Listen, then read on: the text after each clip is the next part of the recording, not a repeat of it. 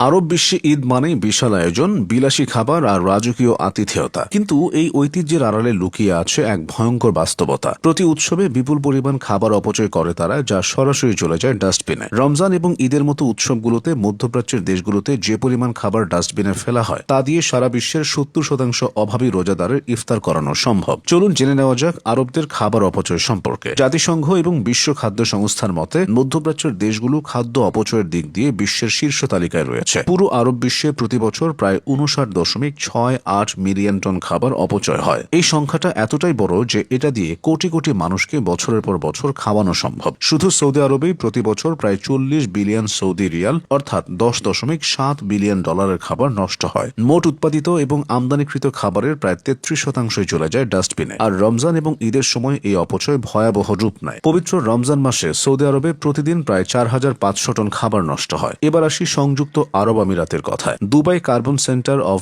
এক্সিলেন্সের report অনুযায়ী সাধারণ সময়ে দুবাইতে প্রতিদিন তৈরি করা খাবারের 38% অপচয় হয়। কিন্তু রমজান ও ঈদের সময় এই অপচয় এক লাফে 60% গিয়ে ঠেকে। অর্থাৎ 10 প্লেট খাবার রান্না হলে 6 প্লেটই শেষ পর্যন্ত ফেলে দেওয়া হয়। যেখানে ইউরোপের একজন মানুষ দিনে গড়ে 1.2 কেজি বর্জ্য তৈরি করে, সেখানে উৎসবের সময় আমিরাতের একজন নাগরিকের মাথাপিছু বর্জ্যের পরিমাণ দাঁড়ায় 5.4 কেজি, যার বেশিরভাগই হলো খাবার। কাতার এবং বাহরাইনের অবস্থাও প্রায় একই। বাহরাইনে প্রতিদিন 400 টনের বেশি এবং কাতারে তৈরি করা খাবারের প্রায় অর্ধেকই ফেলে দেওয়া হয়। এত বিশাল পরিমাণ অপচয়ের অন্যতম প্রধান কারণ হল আরবদের ঐতিহ্যবাহী আতিথেয়তা বা মেহমানদারি। আরব সংস্কৃতিতে অতিথির সামনে টেবিল ভর্তি খাবার পরিবেশন করাকে আভিজাত্য এবং সম্মানের প্রতীক হিসেবে দেখা হয়। প্রয়োজনের চেয়ে কয়েক গুণ বেশি খাবার রান্না করা শুধু এটা বোঝানোর জন্য যে আয়োজনে কোনো কমতি ছিল না। ফলস্বরূপ অতিথিরা যাওয়ার পর বেঁচে যাওয়া আস্ত খাসির রোস্ট বা বিরিয়ানির বিশাল ডেকচি সরাসরি চলে যায় ডাস্টবিনে। দ্বিতীয় কারণটি হল 5 স্টার হোটেলগুলোর বুফে কালচার। রমজানে বা ঈদে বিশাল সব বুফের আয়োজন করা হয়। মানুষকে আকৃষ্ট করতে হোটেলগুলো শত শত পদের খাবার সাজিয়ে রাখে। দিন শেষে এই অবিকৃত বা বেঁচে যাওয়া খাবারের খুব সামান্য অংশই পুনরায় ব্যবহার করা যায়, বাকি সব ফেলে দেওয়া ছাড়া কোনো উপায় থাকে না।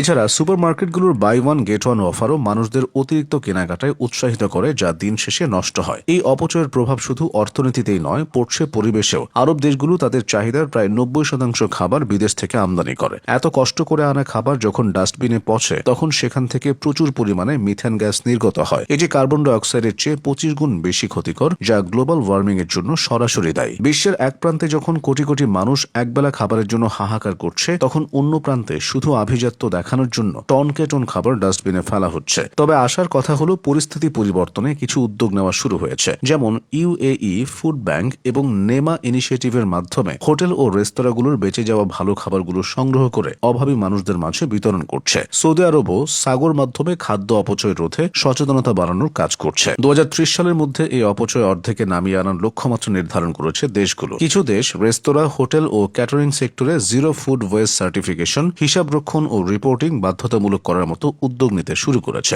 বড় প্রতিষ্ঠানগুলোকে ফুড রিসাইক্লিং, কম্পোস্টিং ও সাপ্লাই চেইন অপটিমাইজেশনে উৎসাহিত করা হচ্ছে।